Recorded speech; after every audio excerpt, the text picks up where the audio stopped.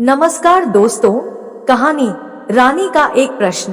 राजनगर राज्य में एक मछुआरिन मछली बेचा करती थी। घर घर जाकर मछली ले लो, ताजा मछली। एक दिन उस राज्य के राजमहल के पास से गुजरते हुए उसने आवाज मारी, मछली चाहिए मछली। रानी अपने महल के बगीचे में टहल रही थी। उसकी पुकार सुनकर रानी ने एक दासी से कहा, उस मछुआरन को बुलाकर ले आओ। दासी उस मछुआरिन को बुलाकर रानी के सामने ले आती है। रानी ने कहा, देखो तो तुम्हारे पास कौन कौन सी मछली है, मुझे खरीदनी है। मछुआरिन ने जैसे ही टोकरी उतारी, एक बड़ी मछली उछल पड़ी। रानी ने पूछा, मछली नर है या मादा? रानी की बात सुनकर मछली हंसने लगी। मछुआरिन बोली, रानी जी, यह नर मछली है। रानी बोली, फिर तो इस मछली को मैं नहीं खरीदूंगी, क्योंकि राजा को छोड़ कोई भी पुरुष प्राणी मेरे महल में प्रवेश नहीं कर सकता है। मैं मादा मछली खरीदना चाहती हूँ। मछली की टोकरी के अंदर से फिर एक बार एक मछली की हंसने की आवाज सुनाई पड़ी। रानी ने मछली लेने से मना कर दिया और मछुआरिन को जाने को कहा।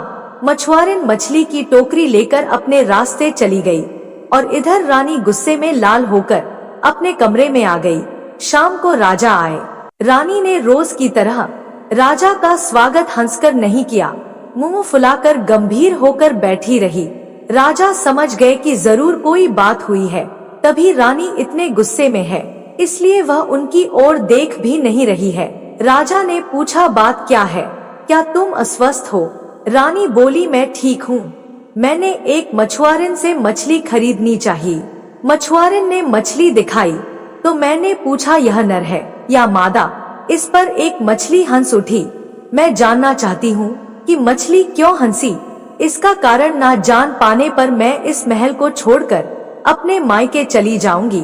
मुझे बहुत गुस्सा आ रहा है। राजा ने हंसकर कहा, मछली हंसी थी? असंभव, निश्चय ही तुमने स्वप्न देखा होगा। रानी बोली, मैं क्या इतनी बुद्धू हूँ? मैंने अपनी आंखों से मछली को भी देखा है और अपने कानों से उसे हंसते हुए भी सुना है। यह सुनकर राजा बहुत हैरान और चिंतित हो गए। उन्होंने कहा, यह तो विचित्र बात सुन रहा हूँ। ठीक है, मैं पता करवाता हूँ मछली क्यों हंसी। इसका कारण तुम शीघ्र ही जान पाओगी। दूसरे दिन दरबार में आकर राजा ने मंत्री को सारी बातें बताई। राजा कर भी क्या सकता था, आखिर रानी ने महल छोड़कर अपने मायके जाने की बात जो कह दी थी। अगर यह सवाल किसी और ने पूछा होता तो राजा टाल भी देता। खैर, फिर बोले, मंत्री जी, मछली क्यों हंसी? इसका जवाब मुझे चाहिए। यह एक गंभीर मामला है। 5 महीने का समय तुम्हें दे रहा हूँ। इसका कारण ना बताने पर तुम्हें मृत्यु दंड दिया जाएगा। ऐसा सुनते ही मंत्री को लगा जैसे आसमान से उनके सर पर बिजली आ गिरी हो। बेचारे मंत्री जी, और कर भी क्या सकते थे, राजा का हुक्म मानना ही होगा। मंत्री जी ने कहा, जो आज्ञा महाराज। आज ही घर जाकर मैं पोथी पत्रा लेकर बैठ जाता हूँ और 5 महीने में आपको इस सवाल का जवाब बताता हूँ कि मछली क्यों हंसी थी। कहने को तो मंत्री ने कह दिया, किंतु आकाश पाताल एक करके भी उन्हें उस प्रश्न का उत्तर नहीं मिला। अनेक पुस्तकें, ग्रंथों, पोथी पत्रा को देखा। अनेक स्थानों में वे गए, अनेक लोगों से पूछा, ज्ञानी, विद्वान, जादूगर, तंत्र विद्या जानने वाले सभी से पूछा, लेकिन मछली क्यों हंसी, इस रहस्य की व्याख्या कोई भी नहीं कर पाया। सोच सोचकर मंत्री की नींद उड़ गई, भूख खत्म हो गई, शरीर कंकाल जैसा हो गया। देखते देखते 4 महीने गुजर गए। मंत्री जी समझ गए कि उसकी जिंदगी मात्र 1 महीने की है, उसके बाद मृत्यु निश्चित है। वे राजा को बहुत अच्छी तरह से जानते थे।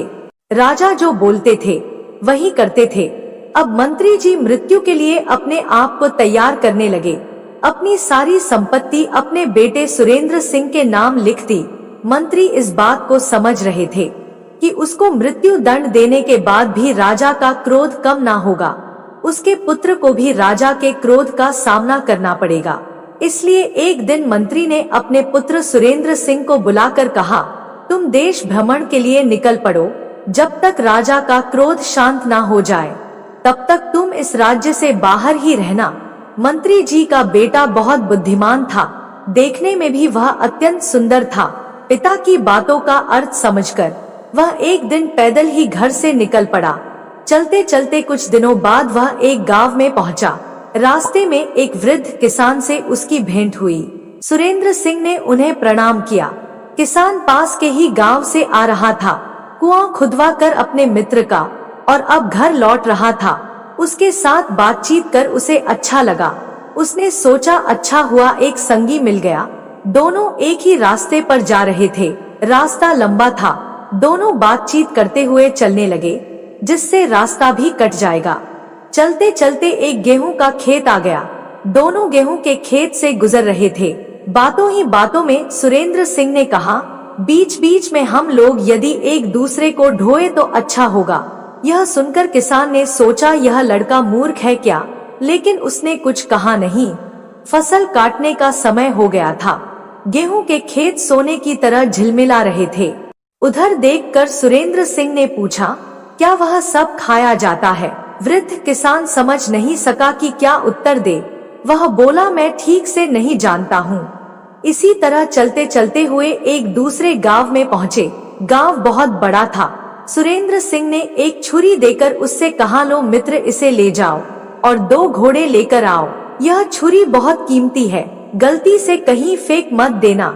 सुरेंद्र सिंह की बात सुनकर कभी वृद्ध किसान को मजा आता, कभी गुस्सा आता, लेकिन वह कुछ कहता नहीं था। उसने छुरी को उसकी ओर ठेलकर बड़बड़ाते हुए कहा, अच्छे मित्र से पाला पड़ा है, या तो यह पागल है या अनजान होने का बहाना कर रहा है। सुरेंद्र सिंह ने किसान की बात सुनकर भी ना सुनने का बहाना किया, कुछ कहा भी नहीं। चुपचाप वे चलते रहे। गांव पार करने के बाद वे एक शहर में पहुंचे। शहर में लोगों की काफी भीड़ थी, परंतु किसी ने भी उनसे कुछ बातचीत नहीं की। बाजार को पार करके वह एक मस्जिद के पास पहुंचे। इतनी दूर तक चलते चलते दोनों बेहद थक गए थे, लेकिन वहां किसी ने भी उन लोगों को आराम करने के लिए नहीं बोला। सुरेंद्र सिंह ने किसान से कहा, यह तो विशाल कब्रगाह है। यह सुनकर किसान ने मन ही मन सोचा, यह तो अजीब बात कर रहा है। इस आदमी का आचरण तो विचित्र है। मनुष्यों से भरपूर शहर को देखकर कब्रगाह कह रहा है। शहर का एक रास्ता कब्रगाह की ओर जा रहा था। वहाँ कुछ लोग उस कब्र के निकट खड़े होकर प्रार्थना कर रहे थे। मृत प्रिय जन के नाम पर राहगीरों को रोटियां बांटी जा रही थी। सुरेंद्र सिंह एवं किसान के निकट आने पर उन्हें भी दोनों हाथों में भरकर रोटियां और मिठाइयां दी गई। सुरेंद्र सिंह बोल उठा, चमत्कारी शहर। यह सुनकर किसान ने सोचा, यह तो बिल्कुल पागल है। शहर को कहता है कब्रगाह और कब्रगाह को कहता है चमत्कारी शहर। इसके बाद जल को कहेगा थल और थल को कहेगा जल। कितना विचित्र आदमी है। लेकिन उसने अपने मन के भाव को प्रकट नहीं किया। चलते चलते सामने एक नदी पड़ी। अब नदी को पार करना था। किसान अपनी कमीज और जूते खोलकर नदी में उतर गया, लेकिन सुरेंद्र सिंह ने वैसा नहीं किया। वह जूते कमीज पहनकर ही नदी को पार कर गया। किसान ने सोचा, ऐसा मूर्ख आदमी कभी नहीं देखा। कथनी और करनी दोनों दृष्टियां से वह मूर्ख लग रहा था, लेकिन बातचीत में वह काफी विनम्र था। उसने सोचा कि इसे अगर अपने घर ले जाऊं तो पत्नी बेटी बहुत खुश होंगी। यह सोचकर किसान ने सुरेंद्र सिंह से कहा, निकट ही मेरा घर है, चलो रात मेरे यहाँ बिता कर जाना। सुरेंद्र सिंह ने कहा, आपका आदर भाव देखकर बहुत खुशी हुई। आपके घर के दरवाजे एवं कुंडी मजबूत तो हैं। ऐसी बेतुकी बात सुनकर किसान फिर कुछ बड़बड़ाया और मन ही मन हंसते हुए कहा, यह मेरा घर है, तुम थोड़ी प्रतीक्षा करो, मैं भीतर खबर देकर आता हूँ। वृद्ध किसान ने अपने घर के लोगों से कहा, मुझे एक बहुत मजेदार आदमी मिला है। वह लड़का बहुत दूर से आ रहा है, मुझे रास्ते में मिला था। देखने में बहुत सुंदर है, अच्छे परिवार का लगता है और साथ ही ऐसा मूर्ख है कि क्या बताऊं। उसकी बेसिर पैर की बातें कुछ भी समझ में नहीं आती है। मैंने आज उसे हमारे घर पर ही रुकने को कहा तो बोलता है कि घर के दरवाजे और कुंडी मजबूत तो है। इन सब बातों का भला कोई मतलब है। किसान की एकमात्र बेटी थी, जिसका नाम लक्ष्मी था। वह बहुत बुद्धिमान थी। पिता की बात सुनकर वह बोली, पिताजी वह मूर्ख नहीं है, बहुत बुद्धिमान है, वह संकेत में अपनी बातें कहता है। किसान ने कहा, अच्छा, मैं तो उसे मूर्ख समझ रहा था। लक्ष्मी ने कहा, दरवाजा एवं कुंडी मजबूत है कि नहीं? यह पूछकर वह जानना चाहता था कि हम लोग उसका अतिथि सत्कार कर पाएंगे या नहीं। किसान ने कहा, क्यों नहीं कर पाएंगे? हमारे घर में क्या किसी चीज की कमी है? देख रहा हूँ कि उस लड़के की बातचीत में विचित्र रहस्य है। राह में चलते चलते वह मुझसे कह रहा था कि क्यों ना हम एक दूसरे को ढोए, इससे थकावट कम होगी। किसान की बेटी लक्ष्मी ने कहा, दरअसल वह बताना चाह रहा था कि एक जना दूसरे को कहानी सुनाए तो समय अच्छी तरह कट जाएगा। किसान आश्चर्यचकित होकर बोला, अच्छा, ऐसी बात थी। जब हम एक गेहूं के खेत के पास से गुजरे तो उसने पूछा, क्या यह खाया जाता है? किसान की बेटी लक्ष्मी बोली, पिताजी, इतनी सरल बात भी आप समझ नहीं सके। वह जानना चाहता था कि खेत का मालिक ऋणग्रस्त है या नहीं। अगर ऋणग्रस्त है तो उसके गेहूं को समझ लो कि महाजन ने खा लिया है।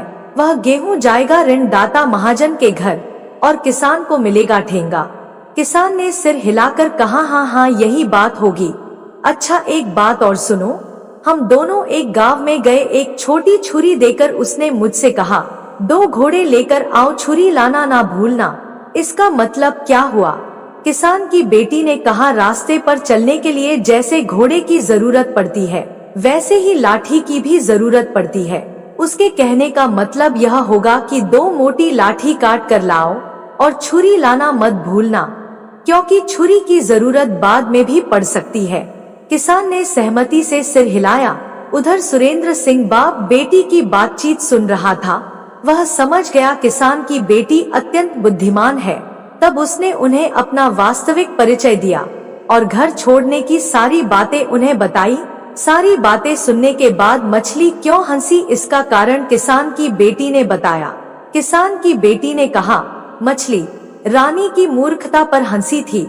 मछली को कोई व्यक्ति जीवित तो खाता नहीं, उसे काटकर अच्छी तरह धोकर आग में पकाया जाता है, फिर मछली को खाया जाता है। उसी समय नर मादा का भेद मिट जाता है। पकाने के बाद तो रहा सहा भेद भी खत्म हो जाता है। रानी की इसी बुद्धिहीनता पर मछली हंस पड़ी थी। यह सुनकर मंत्री पुत्र बहुत खुश हुआ। वह तुरंत अपने राज्य में पहुंचा और अपने पिताजी को सारी बातें बताई। मंत्री जी ने राजा को यह बात बताई। मंत्री की बात सुनकर राजा संतुष्ट हुए और उन्होंने मंत्री को मृत्यु दंड से मुक्त कर दिया। मंत्री जी ने अपने बेटे के लिए किसान की पुत्री का हाथ मांग लिया। किसान खुशी खुशी तैयार हो गया और एक शुभ दिन देखकर किसान की बेटी लक्ष्मी के साथ मंत्री के पुत्र सुरेंद्र सिंह का विवाह कर दिया। दोस्तों, आपको यह वीडियो कैसी लगी कमेंट करके जरूर बताइएगा। अगर आपको यह वीडियो पसंद आई हो तो ऐसी ही और वीडियोस देखने के लिए हमारे चैनल को सब्सक्राइब जरूर कर लेना। धन्यवाद।